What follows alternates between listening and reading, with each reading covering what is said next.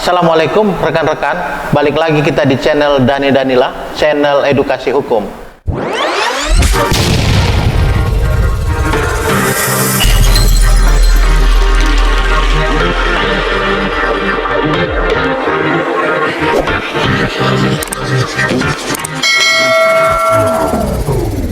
Sebelum kita saksikan diskusi kita pada hari ini, jangan lupa subscribe channelnya, ketuk tanda loncengnya.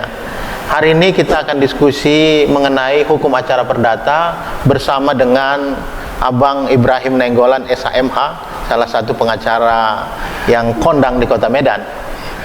Tadi kata Abang kan begini, tadi Abang menyampaikan bahwa ini kita abaikan dulu pakai pengacara atau pakai advokat atau maju sendiri nih. Sungguhnya apa yang membedakan pengacara kita pakai advokat tadi, pakai kuasa hukum dengan kita maju sendiri, apa yang membedakan sungguhnya? Kalau nanti prinsipalnya maju sendiri, tentu dia langsung aja atas namanya sendiri. Gitu. Ya. Tapi kalau dia pakai tenaga misalnya tenaga profesional atau tenaga keluarga, tentu dia harus menggunakan kuasa. Kuasa ya? Surat kuasa, surat kuasa khusus. Oh, bukan seperti kita ngambil barang ke loket pengiriman atau apa? Surat kuasanya sama nggak itu ya? Ya, tentu sudah ada prosedur atau konvensi atau kebiasaan-kebiasaan di dalam membuat surat kuasa, yaitu memang sudah ada aturan-aturannya. Siapa nanti yang boleh menerima kuasa, siapa yang berwenang mengatasnamakan, misalnya sebagai pengacara atau advokat, itu kan sudah ada ketentuan undang-undang, khusus nanti Undang-Undang 18 2003, Undang-Undang Advokat. Jadi nggak semua orang juga yang punya keterampilan, kemampuan atau keahlian bersidang di depan persidangan boleh mengatasnamakan advokat. Tapi kalau dia mewakili boleh.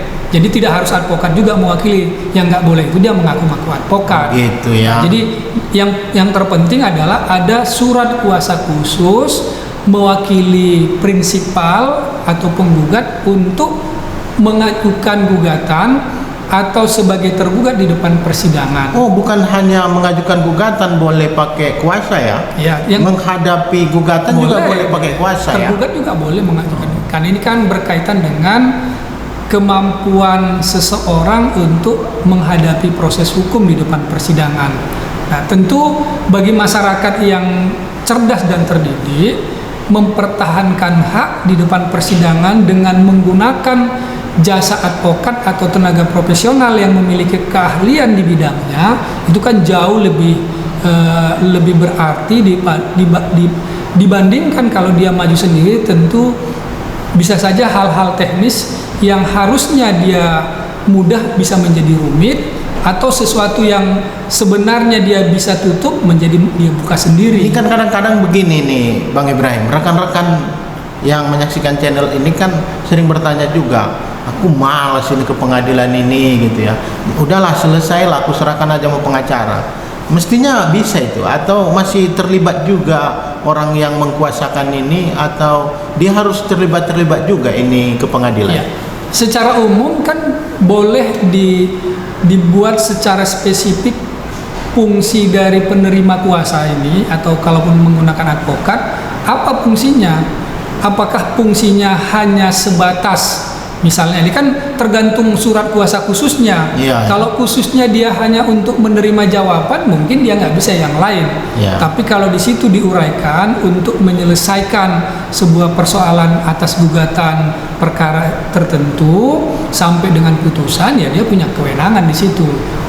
Karena kadang-kadang kan jenis-jenis kuasa ini juga banyak. Apakah termasuk yang ini, Bang? Kadang-kadang kan malu juga ini, sebagian orang kan malu berurusan dengan pengadilan ini. Iya. Boleh nggak ya, jangan ke rumahku dikirim panggilannya gitu, nanti dengar tetangga gitu, boleh nggak ya?